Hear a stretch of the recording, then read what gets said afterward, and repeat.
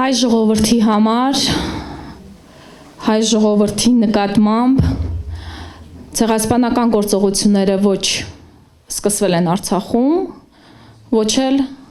ավարտվում են Արցախում։ Սա պետք է գիտակցի ցանկացած հայ, պարզ քաղաքացուց մինչև հասարակական և քաղաքական գործիչ։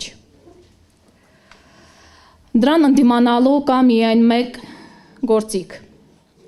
միասնական և ուժեղ հայկական պետականություն, զարգացող տնտեսությամբ, ուժեղ բանակով, արդյունավետ կառավարմամբ և համերաշխ հասարակությամբ։ Մենք այսօր կանգնել ենք այս անդունդի եզրին, որովհետև այս շղթան ակնհայտորեն խաթարվել է, ակնհայտորեն, բայց ոչ անդառնալիորեն։ Մենք համոզված ենք, որ այս կորուստների, զիջումների և պարտությունների անիվը հնարավոր է կանգնեցնել և էջեր փակողներն են հենց մեր գլխին ավելի մեծ արհավիրքներ բերողները, որոնց օրոք մենք ավելի անպատրաստ ենք լինելու։ Որևէ անհատ, իշխանություն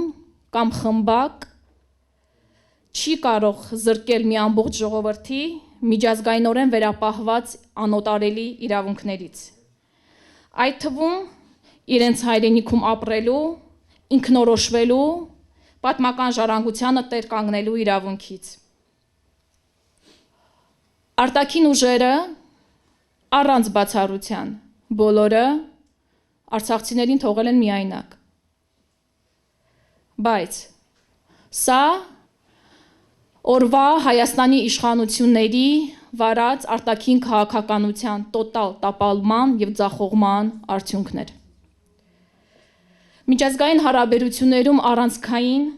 և կենսական նշանակություն ունի դաշնակիցների հետ հարաբերությունների ճիշտ կոնյունկտուրան, որը հիմնված է ընդհանուր շահերի վրա։ Պարզ ասած, եթե քո և քո դաշնակցի շահերը դադարում են համընկնել, քո դաշնակիցը դադարում է լինել քեզ համար որպես դաշնակից։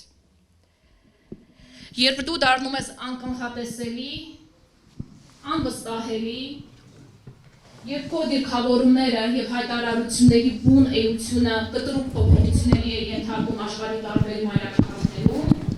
դու և քո պետությունը դառնում եք պարզապես մանրէական։ Այդ ժամանակ էլ քո էկզիստենցիալ հարցերը քննարկվում և որոշվում են առանց քո կարծիքը հաշվի առնելու։